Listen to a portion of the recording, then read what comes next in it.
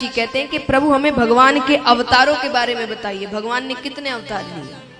कितनों को पता है यहाँ पर भगवान ने कितने अवतार लिए? 24। भगवान ने कुल 24 अवतार लिए। कैसे? आइए जानते हैं। 2 अवतारों के बारे में इतना विस्तार में नहीं बताया गया। वो है एक हंसा अवतार और हैग्रीव अवतार। हंसा अवतार में भगवान ने ब्रह्मा जी को पहली बार कथा का ज्ञान, श्रीमद् भागवत कथा पहली बार ठाकुर जी ने ब्रह्मा जी से कही थी हंसा अवतार में, और वो भी सिर्फ 4 श्लोकों में। उस भागवत को कहते हैं चतुर्श्लोकी भागवत। तो भगवान का वो एक अवतार है, एक हैग्रीव। हैग्रीव नामक एक दैत्य था, सर घोड़े का, शरीर मनुष्य का। उसने ब्रह्मा जी की तपस्या करी। ब्रह्मा जी प्रसन्न होते हैं। क्या वरदान चाहिए? बोले मुझे वर दीजिए कि मुझ जैसा कोई हैग्रीव ही मार सके। और उसको पता था उस जैसा दुनिया में कोई नहीं। ब्रह्मा जी ने कहा तथास्तु। अब वो पाप करने लगा, अन्याय करने लगा, तो उसको मारने के लिए भगवान को हैग्रीव अवतार लेना पड़ा। 2 अवतार ज्यादा विस्तार में नहीं बताए गए। बाकियों के बारे में सुनते हैं। पहला अवतार है भगवान का सनकादि ऋषियों के रूप में, जो ब्रह्मा जी के 4 मानस पुत्र हैं, सनक, सनंदन, सनत कुमार, सनातन। वो भगवान का पहला अवतार है। दूसरा अवतार है वराह अवतार।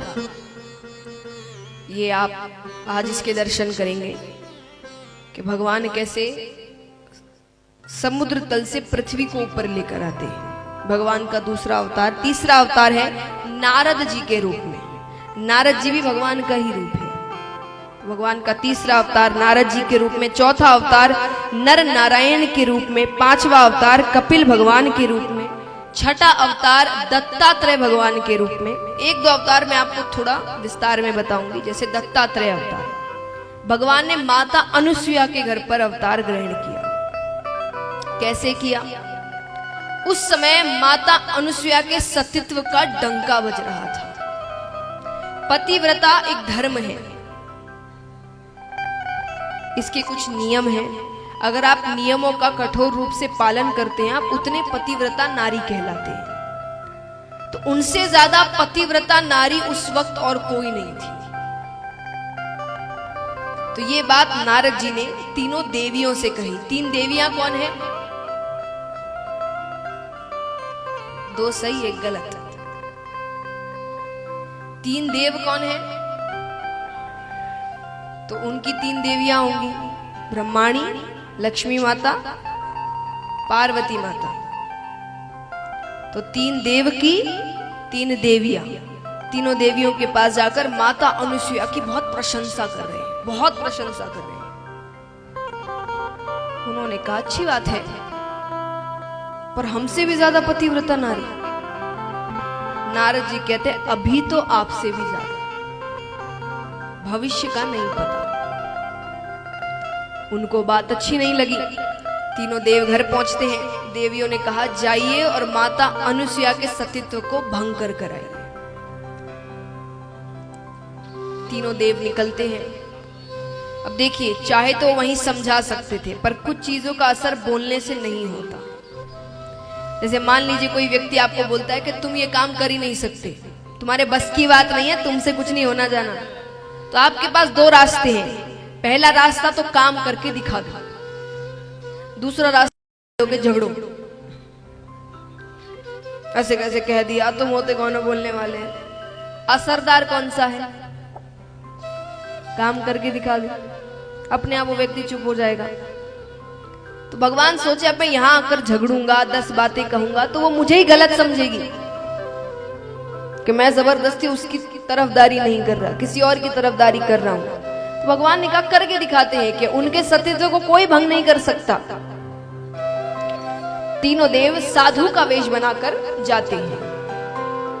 माता अनुसुईया घर पर अकेली थी, पति स्नान करने गए हुए थे बाहर तालाब में। अब यहाँ पर तीनों देव आवाज लगाते हैं भिक्षाम देहि।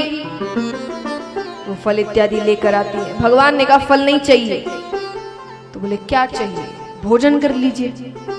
बोले जरूर करेंगे, पर आप वचन दीजिए कि आप हमें भोजन उसी प्रकार कराएंगे जिस प्रकार हम कहेंगे।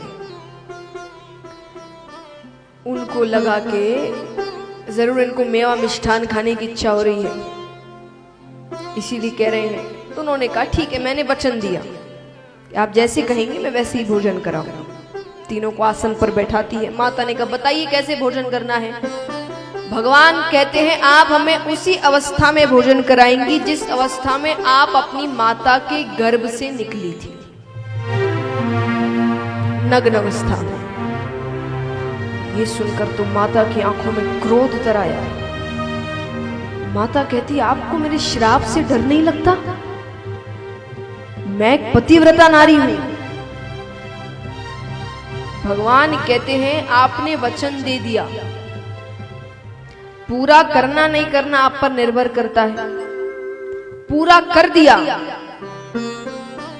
तो श्राप देना कि क्षमा कर देना वो भी आपकी दया पर निर्भर करता है। माता समझ गई ये साधारण साधु नहीं है, ये मेरी परीक्षा लेने आए हैं। कि जो व्यक्ति श्राप के नाम से नहीं डर रहा, क्योंकि ये बात तो पूरी दुनिया जानती थी। देखिए पतिव्रता धर्म है या जो भी, ये सब एक तरीके का तप होता है। जब आप कोई भी नियम का पालन करते हैं कठोर रूप से, आप एक तरीके का तप कर रहे हैं। किसी भी चीज में आप मान लीजिए कोई चीज आपने छोड़ दी है कठोर रूप से और आप सच में उस बात पर अड़े रहते हैं, आप एक तरीके का तप कर रहे हैं। आपने कोई स्तुति या पाठ का नियम बांधा है और आप उसको कई समय तक उस नियम का पालन कर रहे हैं, आप एक तरीके का तप कर रहे हैं। तो जो तप करते हैं ना उनमें शक्ति होती है। शक्ति माने जादुई शक्ति नहीं क्या वो जादू कर देंगे और नहीं, वो तो किसी में ही नहीं होती, वो सिर्फ भगवान में होती है। लेकिन शक्ति यानी देखिए पहले बातें सच क्यों होती थी? आशीर्वाद सच हो जाते थे, श्राप सच हो जाते थे। क्यों होते थे? क्योंकि पहले इतना बोलते नहीं थे।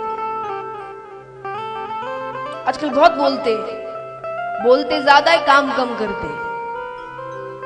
पहले बहुत कम बोलते थे पर सच बोलते थे, एकदम सच, इसलिए उनकी बातें सच होती थी।